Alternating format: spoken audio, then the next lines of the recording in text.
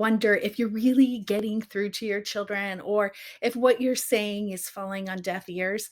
If so, you don't want to miss this episode.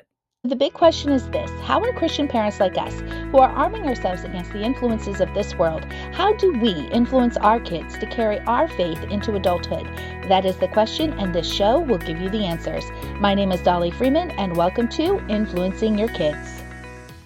Parenting consists of a whole lot of do's and don'ts, especially during that habit formation phase of when we're trying to help our children make the right decisions to go the right way and grow to fulfill purpose. But in it, we are in this almost perpetual place of do's and don'ts. But there comes a time when we have to take a step back and see if our children are going to stand or fall on their own, meaning that are they going to make the right decisions if we give them ownership of that decision? And how will that look?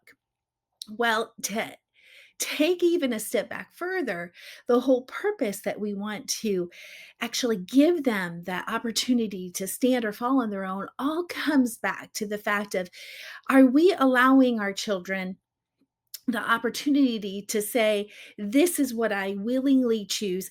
And with it, are we helping them to um, come to a place of conviction on their own of what is right and what is wrong?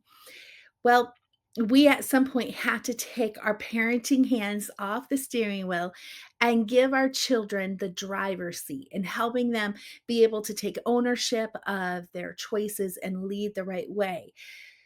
But oftentimes, we as parents are doing this way too soon. We're also doing it in a way that is causing our children to form these bad behaviors prior to us knowing that they're actually choosing the right way.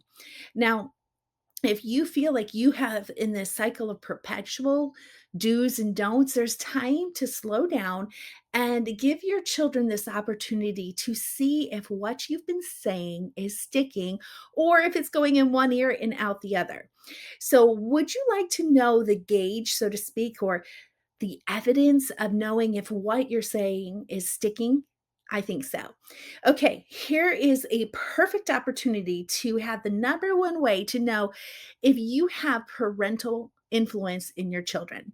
Well, the truth of the matter is this: if your children are disobeying, you have no influence. So, disobedience can be something on one level, or it could be, unfortunately, in some areas where there is absolutely no obedience over everything. So, what you want to do is recognize that when there is disobedience, you have no influence.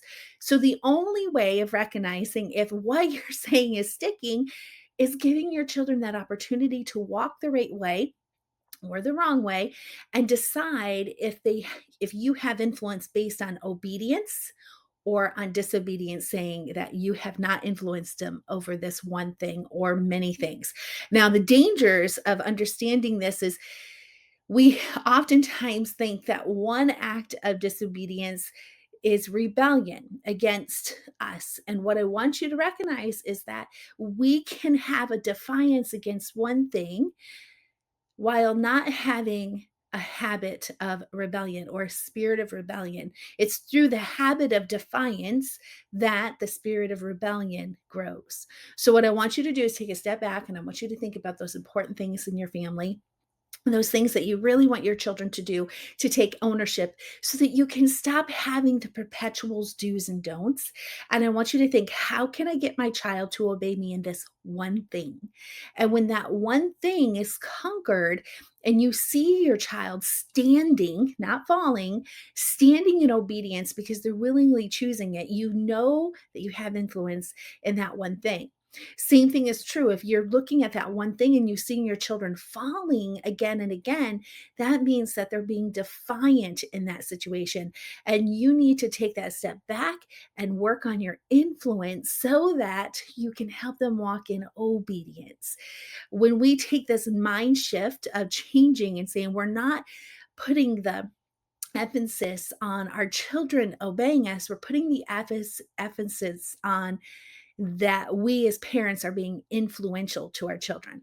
So when we take ownership of our parental duties of helping our children to form obedience, we will definitely see that it requires the influence. And when you do that, and when you recognize the importance of just focusing on one thing, we can get rid of the habit of defiance and avoid the spirit of rebellion altogether. It only takes one influence. You're truly one influence away of helping your children walk in the way that they should go and getting rid of those perpetual do's and don'ts that just tire us out as parents.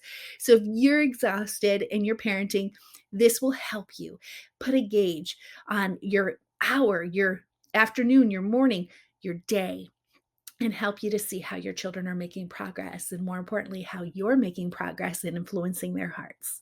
I'll see you in the next episode. Thank you for listening to Influencing Your Kids. Start a conversation by commenting on this episode, sharing it on social media, or joining the Influence Movement absolutely free. Subscribe now so you don't miss our next episode.